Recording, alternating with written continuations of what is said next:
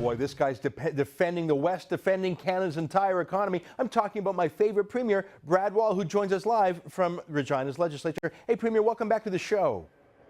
Ezra, thanks for the introduction. That's very kind. Well, you know, you're standing up for the core industry. That's not just the key industry for Alberta and the West, but frankly for this whole country. Here's the thing. Thomas Mulcair, the NDP leader, seems to think that dividing Canadians on the east-west axis, on makers and takers, is a political winner. You've been leading the charge against Thomas Mulcair. Tell me in a sentence, why is he wrong when he blames the decline of manufacturing in Ontario on the oil patch and resource industries? Why is he wrong economically?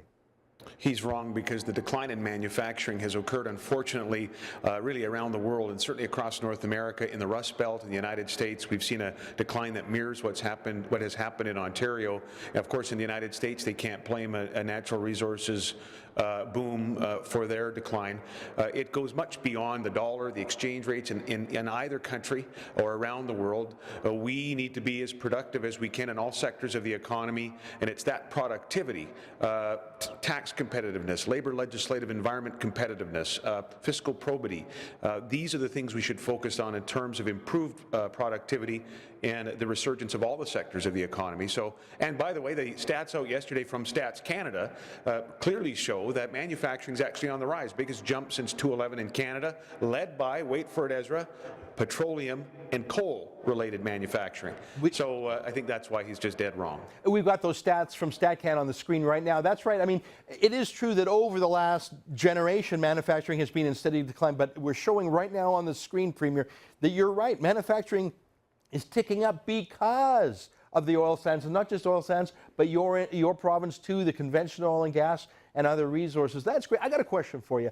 When you spoke out so boldly, and Premiers Clark and Redford of BC and Alberta did too, Thomas Mulcair shot back. He didn't address your points on their substance. He said you were just doing Stephen Harper's bidding, being his, quote, messengers, as if you don't have democratic legitimacy in the West. I found that offensive. I got a question for you. Are you going to raise this subject at the Western Premiers Conference coming up in a couple of weeks? Do you think defending the West against the NDP's attacks is something that you might find common ground with your fellow premiers? I think we've already found that common ground, absolutely, Ezra. We also have the U.S. partnership, the largest free trade zone within NAFTA that has been created by the three half provinces of Alberta and Saskatchewan and British Columbia, and we're going to continue to make the case for Western Canada and our resource strength and how that's good for the country.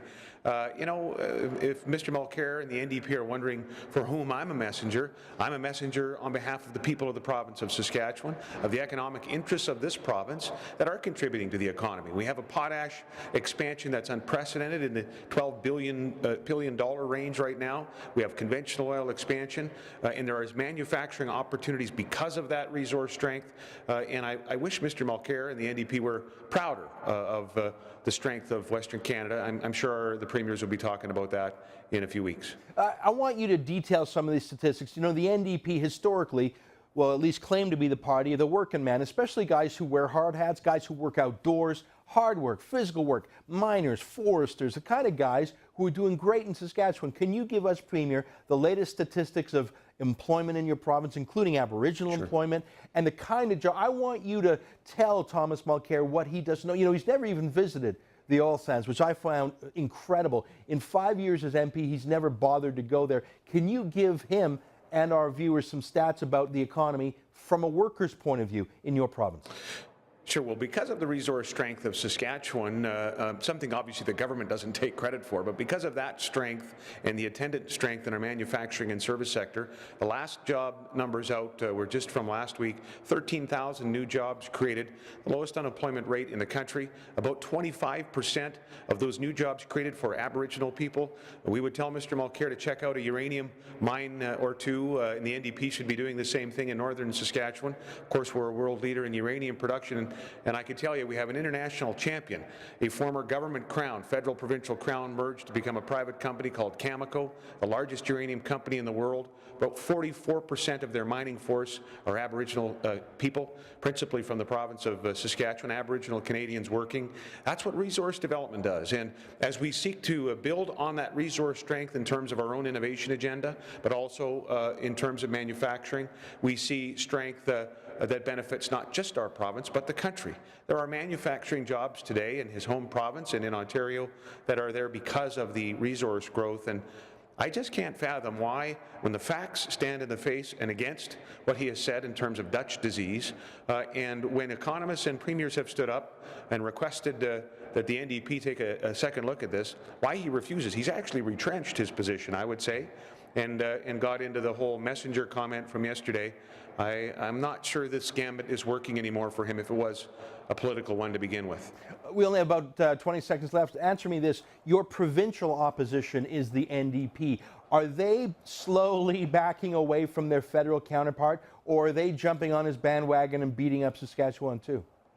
I wish our Saskatchewan NDP were backing away from Mr. Mulcair, but they're not. The fact of the matter is the leader of the NDP in this province had a fairly long scrum just not far from where I'm standing here in the Legislative Building and refused to unequivocally stand up for Western Canada in the interests of the province of Saskatchewan. It was a very long scrum, the same question asked over and over again, and they simply wouldn't part with their federal brothers and sisters. And, you know, I think Saskatchewan people took note, Ezra. Premier Bradwell, thank you for joining us, and thank you for standing up, not just for your province and the industry, but for Canada's economic interests. You keep fighting. Thanks for having me on the show. Bye-bye.